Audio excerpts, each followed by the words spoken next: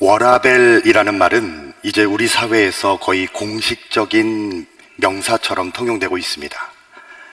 이는 Work and Life Balance의 약어로 1970년대 후반 영국에서부터 유래되었습니다. 일과 삶의 균형이라는 뜻이죠. 그런데 중요한 것은 워라밸의 핵심인 균형을 우리가 지금도 찾지 못한다는 데 있습니다. 일과 삶의 균형이 중심이 되어야 하는데 과연 우리는 그 균형을 찾았는가? 라고 질문해 보면 그렇다고 자신 있게 대답하기가 어렵습니다. 학생들은 5일간 나가고 이틀을 쉽니다. 그러나 그들의 삶이 이전보다 훨씬 더 균형 잡혀지고 평안해졌을까요? 그렇지 않습니다. 오히려 주말에 학원을 더 열심히 가야 하고 과외도 더 집중적으로 받아야 하는 등 삶이 훨씬 더 빡빡해졌습니다. 젊은이들은 어떻습니까? 경제력은 있고 부양 가족이 없는 젊은이들은 불타는 금요일을 즐기고 해외여행을 마음껏 떠납니다. 그런데 문제는 빈익빈 부익부 현상이 더욱 가속화되고 심화돼서 시간은 있는데 경제력이 부족한 젊은이들은 상대적 박탈감을 더욱 느끼고 있습니다. 그런데 더 큰 문제는 불금을 즐기고 해외여행을 마음껏 누리는 이들도 그렇지 못한 이들과 비슷하게 제대로 된 쉼을 누리지 못하고 오히려 과로와 우울과 허무의 고통 가운데 빠져 있다는 것입니다. 쉼이 무엇인지, 왜 쉬어야 하는지에 대한 근본적인 가치관의 정립이 아직 이루어지지 않았기 때문에 그렇습니다. 그런 의미에서 오늘 하나님께서 우리에게 주신 말씀, 안식일을 제정하신 말씀은 안식의 참 의미가 무엇인지, 우리는 왜 쉬어야 하는지, 안식의 목적이 무엇인지를 우리에게 명확하게 들려줍니다. 이 말씀을 통해서 안식의 참 의미와 목적을 분명히 깨닫고 우리 삶에 제대로 뿌리내리기를 간절히 바랍니다. 본문 1절 말씀을 우리 함께 읽겠습니다. 천지와 만물이 다 이루어지니라. 아멘. 하나님께서 6일간 천지를 창조하시고 다 이루셨다라고 말씀하셨습니다. 여기 이루다라는 단어가 중요한데 히브리어로 칼라라는 단어를 사용하고 있습니다. 칼라는 준공하다, 성취하다, 마치다라는 뜻입니다. 본문에서도 하나님께서 계획하신 것에 모자람 없이 완전 무결하게 천지 창조를 완성하신 사실을 선언하고 있습니다. 창세기 1장에 기록된 천지 창조를 한번 떠올려 보십시오. 하나님의 창조를 어떻게 정의할 수 있습니까? 흑암에서 빛으로의 창조였고 혼돈에서 질서가 생겨난 창조입니다. 공허했는데 가득 찬 채움이 이루어졌습니다. 그리고 하나님은 삼위일체 하나님의 형상을 따라 사람을 지으셨습니다. 이후 사람을 피조세계를 다스리는 동역자로도 세우셨죠. 이 사명에 잘 순종하는 자, 이 사명대로 살아가는 자, 그가 바로 복이 있다 말씀하시고 먹고 살 걱정 없도록 복의 복을 가득 채워주셨습니다. 더 이상 완벽할 수 있겠습니까? 하나님의 창조는 이렇게 완전 무결했습니다. 그렇기에 하나님은 안식하실 자격이 있는 분입니다. 본문 2절을 우리 함께 읽겠습니다. 하나님이 그가 하시던 일을 일곱째 날에 마치시니 그가 하시던 모든 일을 그치고 일곱째 날에 안식하시니라. 아멘. 하나님의 창조 자체가 너무나 완벽하기 때문에 창조 후 편안히 안식하셨습니다. 이 말씀이 오늘 우리에게 주는 의미가 무엇일까요? 우리 인간은 흙으로 만들어졌습니다. 길게 살아봐야 100년을 넘기기가 힘들죠. 그 와중에 건강하게 살 수 있는 세월은 그보다 훨씬 더 짧습니다. 그런데 우리 중에서 영원한 영혼의 안식에 들어갈 날이 가까워져 올 때 나는 이 땅에서 하나님께 받은 사명을 성실하게 감당하고 열심히 살았으니 이제는 하나님 앞에 부끄러움 없는 일꾼으로 설 수 있다, 이렇게 말할 수 있는 사람이 과연 몇이나 되겠습니까? 하나님께서는 우리에게 사명을 주셨습니다. 삼위일체 하나님의 형상을 따라 지으셨고 그 형상대로 성실하게 다스리고 살라고 말씀하셨는데, 과연 우리는 일평생을 살면서 하나님께 받은 사명을 성실하게 감당하며 살고 있는가? 자신을 살피며 심각하게 생각해 볼 문제입니다.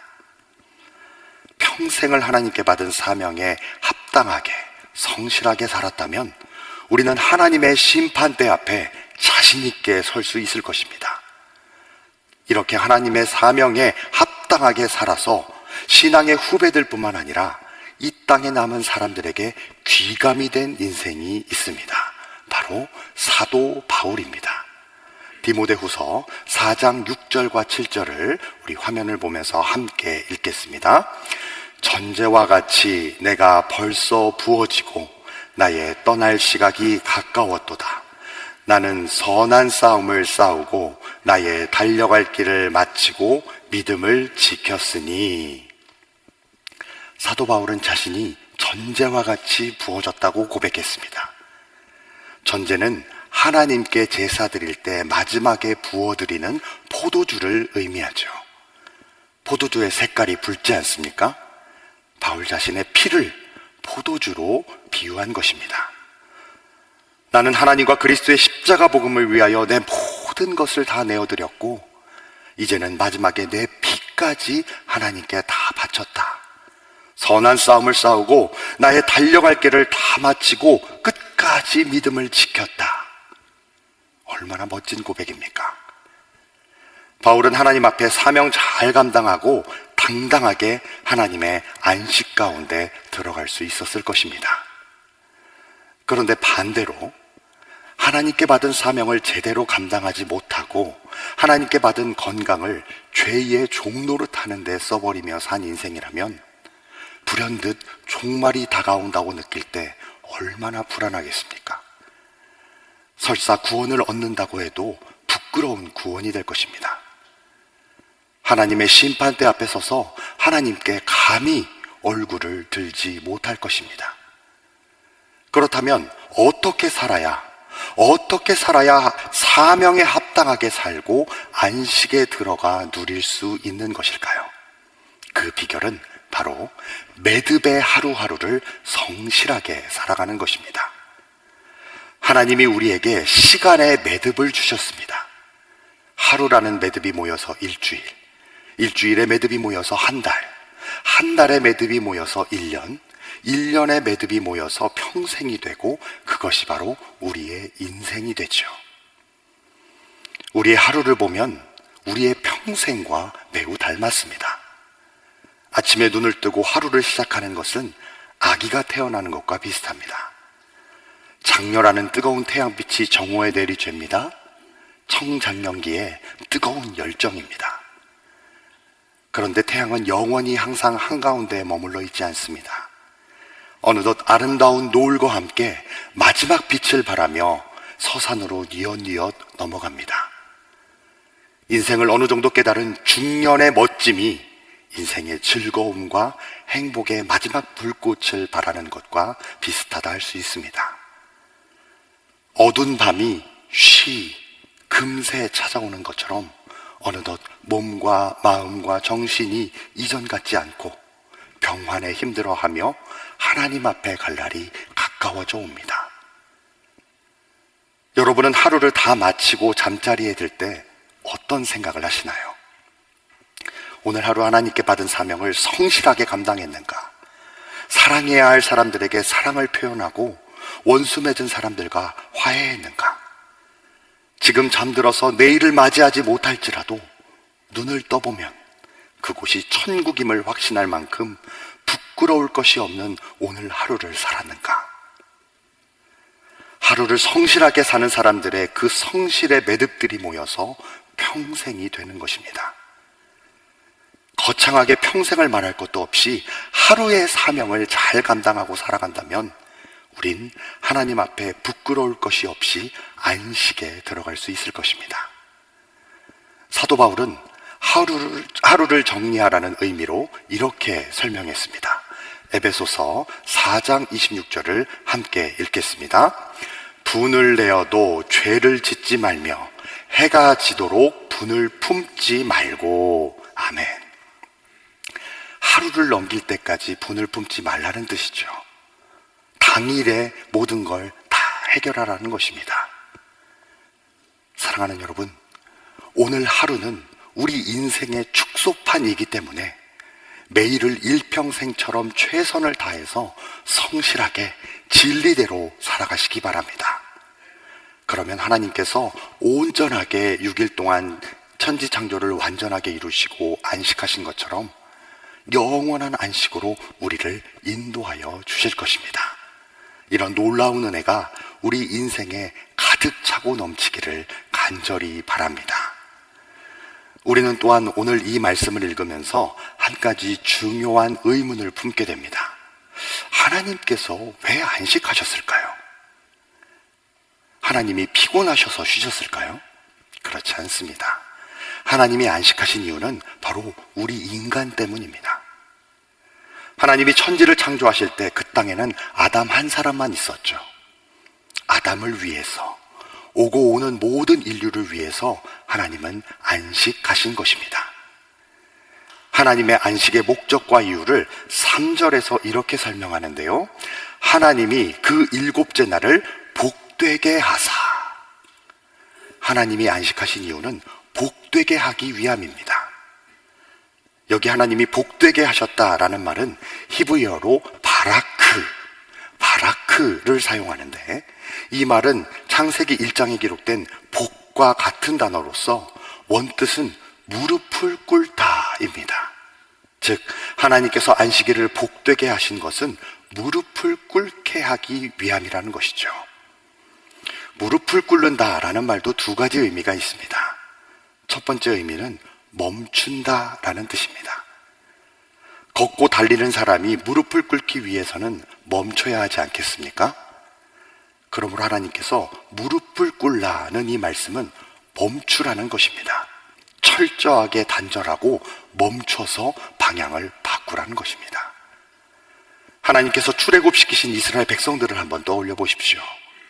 이스라엘 백성들은 430년 동안 이집트에서 종살이했습니다. 그렇게 오랫동안 노예로 살면서 그들이 쉬었을까요? 못 쉬었을까요? 그들의 육체의 주인인 이집트의 황제 파라오가 종들에게 쉼을 주었겠습니까? 주지 않았겠습니까? 우리는 단순히 그들이 노예였기 때문에 쉬지 못했을 것이다, 절대로 쉼을 주지 않고 그들을 매일같이 채찍질하며 때리고 괴롭혔을 것이다, 그렇게 생각할 수도 있습니다. 하지만 고고학적 발굴에 따르면 그렇지 않습니다.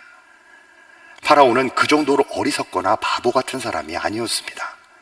오히려 잘 먹이고 잘 쉬게 했다고 합니다. 성경을 읽어보면 이스라엘 백성들이 애굽을 그리워하는 말이 나오지 않습니까? 우리가 애굽에 있을 때 값없이 생선과 오이와 마늘과 부추 등등을 먹었고, 고기 가마 곁에 앉아있던 때와 떡을 배불리 먹었던 때가 그립다 라고 하며 모세를 원망하고 하나님을 원망했습니다. 잘 먹고 잘 쉬었다는 것이죠. 그런데 파라오가 그들을 잘 먹고 잘 쉬게 한 이유는 더 높은 생산성을 위해서 그랬습니다. 더 많이 생산하라, 더 많이 일하라. 노예들이 기계가 아니고 로봇이 아니기 때문에 계속해서 쉬지 않고 일만 시키면 죽을 수밖에 없습니다. 그러면 생산성이 떨어지지 않겠습니까? 더 많은 일을 시키기 위해서, 더 많은 생산을 위해서 그들을 쉬게 한 것입니다.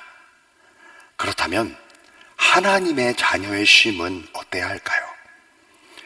우리의 쉼은 그것과는 정반대의 쉼이어야 합니다.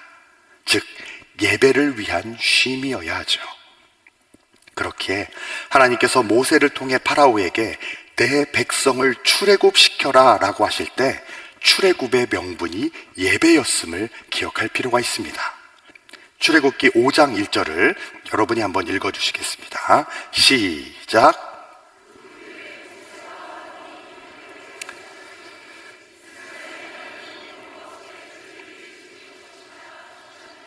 아멘. 그들이 광야에서 절기를 지키는 것은 예배를 뜻합니다. 이 예배, 즉 참 안식은 이집트에서 430년 동안 일하기 위해서 쉰 것과는 차원이 다르죠. 예배는 그런 차원이 아닙니다. 예배는 세상 속에서 내가 지금까지 살아왔던 관성을 멈추고 방향을 바꾸는 것입니다. 지난 한 주간 우리의 삶을 돌이켜보십시오. 죄가 나를 지배하지 않았습니까? 탐욕이 나를 지배하지 않았습니까? 세상의 잘못된 관성으로 달리시지 않았습니까? 그런데 예배는 그걸 끊어내는 것입니다. 잘못된 죄의 관성을 완전히 끊어내고 이제는 내가 방향을 완전히 바꾸어서 하나님께서 기뻐하시는 방향으로 달려가겠다, 이렇게 결단하는 것이 바로 예배입니다. 이스라엘 백성들이 430년 동안 노예로 살았습니다. 그렇기 때문에 이제는 노예의 관성을 끊어내고 노예 습관을 끊어내겠다. 이집트의 파라오가 주인이 아니라 하나님이 내 인생의 주인이시다. 지금까지 달려왔던 그 길이 잘못된 것이니 예배를 통해서 하나님을 섬기겠다. 이것이 참된 안식이요 예배입니다. 그런데 예배를 잘못 드리는 이들은 예배 드린 후 한 주 동안 그 전주의 삶을 열심히 이어 살아가려고 결단합니다. 탐욕스럽게 일주일을 살았는데 하루를 쉬고 그 탐욕이 더욱더 가속화됩니다. 세상의 가치가 한가득 마음속에 가득 차 있었는데 예배드리고 그 세상적 가치가 더 증폭됩니다. 누구를 미워하는 마음을 가지고 왔는데 예배드리고 나서 그 마음이 더 가중됩니다. 제대로 된 예배를 드리지 못한 것입니다. 예배드리고 나면 지금까지 잘못 살아왔던 것들을 다 멈추고 끊어내야 합니다. 잘못된 방향으로 달리다가 멈추고 걷다가 멈춰서 이제는 방향을 바꿔 다른 곳으로 나아가는 것, 그것이 예배입니다. 그래서 하나님은 우리에게 복 주시기 위해 이것이 참 복이기 때문에 우리에게 안식일을 제정해 주시고 멈추어라, 그리고 예배드려라, 그렇게 말씀하신 것입니다. 그런데 사탄의 세력은 참 집요합니다. 이스라엘 백성들이 절기를 지키려고 출애굽하려 했을 때 순순히 내보냈습니까? 파라오가 그렇게 하지 않았습니다. 10가지 재앙이 다 하도록 그들은 끝까지 하나님께 저항했습니다. 홍해 앞까지 달려왔죠. 하나님이 홍해를 가르는 기적까지 보여주셨음에도 그들은 멈추지 않고 관성대로 홍해에 뛰어들었습니다. 결국 홍해 속으로 대부분이 수장되는 엄청난 죽음을 맛보고서야 그들은 멈추었습니다. 악의 세력, 사탄의 세력은 우리가 죄 짓는 관성을 멈추지 못하게 합니다. 계속해서 그 방향대로 달려가도록 갖은 수를 써서 미혹합니다. 그러나 우리는 강력한 의지를 가지고 잘못 살아온 것, 잘못 달려온 것을 오늘 이 자리에서 끊어내야만 합니다. 그래야 참된 예배를 드릴 수 있는 것입니다. 그래서 하나님께서는 멈춰라 라고 하신 것이죠. 두 번째 무릎 꿇음, 멈춤의 의미는 바로 하나님 한 분만 섬기겠다는 의미입니다. 크리스천들 100명에게 여러분은 누구를 섬기십니까? 라면 아마도 100명 모두 다 나는 하나님을 섬깁니다 라고 대답할 것입니다. 그러나 그 속 깊숙이 들여다보면 그렇지 않습니다. 하나님 아닌 다른 것들을 섬기는 분들이 얼마나 많은지 모릅니다. 물질을 섬기죠. 사람을 섬기죠. 가족을 섬기죠. 내 건강을 섬기죠. 내가 가지고 있는 정치적 신념과 이데올로기를 섬깁니다. 수많은 섬김의 대상들이 있습니다.